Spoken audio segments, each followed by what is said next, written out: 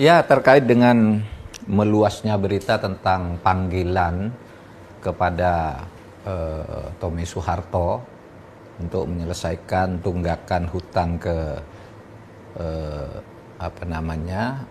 kepada negara terkait BLBI, bantuan likuiditas Bank Indonesia, maka perlu kami tegaskan bahwa yang diundang itu adalah semua sekitar 48 obligor dan debitur yang punya hutang kepada negara sebesar 111 triliun.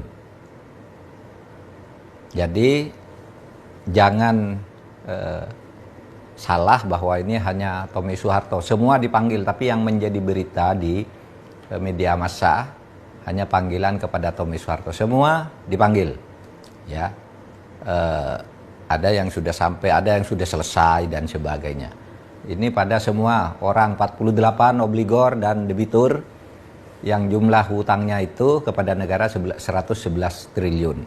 Adapun Tommy Soeharto hutangnya itu sampai saat ini berdasar perhitungan terkini, bisa berubah nanti sesudah Tommy Soeharto datang, 2,6 triliun. Di atas itu banyak yang hutangnya belasan triliun, 7-8 triliun gitu, yang seluruh totalnya itu 111 triliun. Jadi semua akan dipanggil, ada yang di Singapura, ada yang di Bali, ada yang di Medan, semua kita panggil. Dan semua harus membayar kepada negara karena ini uang rakyat.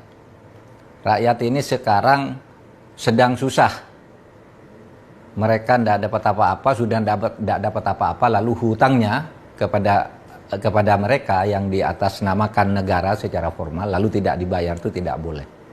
Oleh sebab itu kemarin saya juga sudah berbicara dengan aparat penegak hukum pidana, dengan Pak Firly, saya undang ke kantor, Ketua KPK, kemudian Jaksa Agung, Kapolri, bahwa kalau para penghutang ini mangkir, tidak mengakui hutangnya, padahal sudah jelas ada dokumen hutangnya, itu bisa saja kasus ini meskipun kami selesaikan secara perdata, bisa ini menjadi kasus pidana.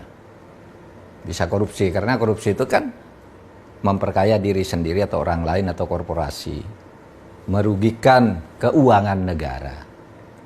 Ya. Lalu dilakukan dengan cara melanggar hukum. Tidak mau memenuhi kewajiban hukum perdata itu ya melanggar hukum, sehingga bisa berbelok nanti ke pidana. Oleh sebab itu mohon kooperatif. Kita akan tegas soal ini karena kita diberi waktu oleh negara, oleh presiden tidak lama. Diberi waktu sampai Desember 2023. Kita akan laporkan nanti sampai mana ini selesainya. Mudah-mudahan bisa selesai sebelum itu. Kalau selesai sebelum itu ya bagus. Mungkin nanti akan ada efek pidananya dan sebagainya, oke lah. Itu saja.